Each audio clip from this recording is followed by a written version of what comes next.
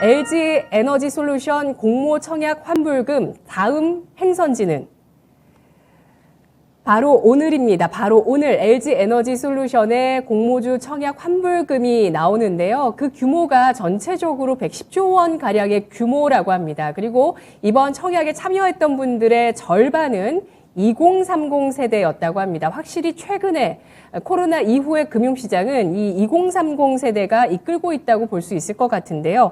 이들 자금의 다음 행선지는 어디일까요?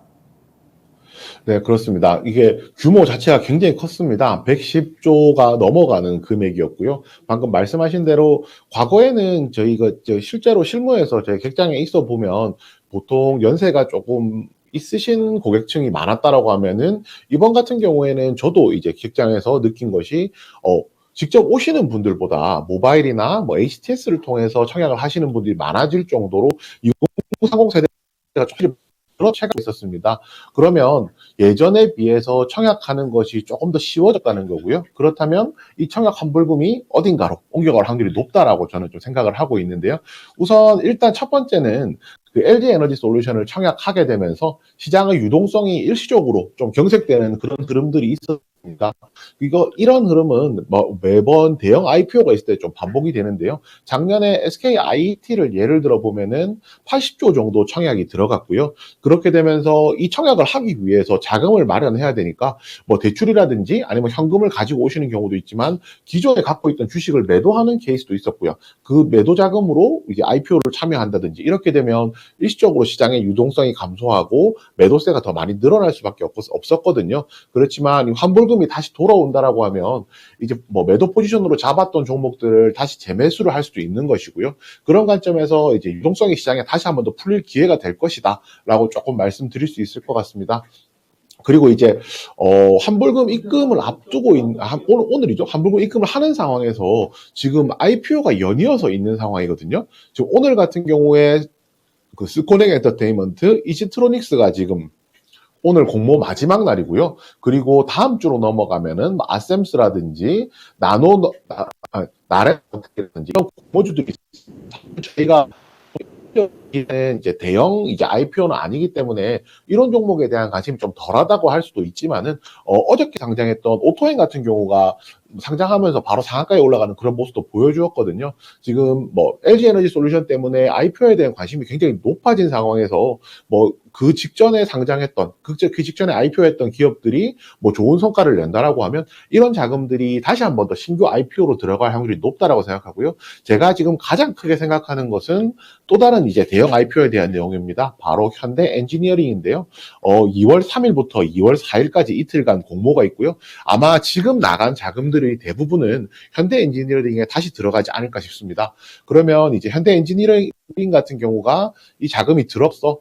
이제 뭐 흥행을 할 것이고요. 흥행을 분명히 할 것이고 이 대역급 IPO에 대한 시장의 기대감이 점점 충전이 되고 있기 때문에 이 IPO를 전후로는 이제 일반적으로 자금이 조금 유동성이 경색이 되겠지만 이 대형 IPO를 지난다라고 하면 시장에 관심이 있는 그 환불금 자금이 풀리면서 이 시장에 대한 관심이 한번 이어져서 어느 정도 부양하는데 뭐 이거를 끌어올리는 데까지 도움이 될지는 모르겠지만 어느 정도 지수 하단을 방어하는 데는 크게 도움이 될 것이다. 이렇게 기대하고 있습니다. 네, LG 에너지 솔루션이 워낙 덩치가 크다 보니까 과연 따상을 갈 수 있을까 못 간다라는 의견도 상당히 많고요. 간다라고 의견의 그 근거는 바로 유통주식 비율 자체가 적기 때문입니다. 뭐 14% 이렇게 얘기하는 분도 저는 들었었는데 또 지금 요즘 나오고 있는 뉴스를 보시면 10% 미만이라고 얘기를 해서 이걸 쟁탈하기 위한 굉장히 치열한 그런 경쟁이 있으면 따상도 가능하다라는 의견이 나오고 있죠.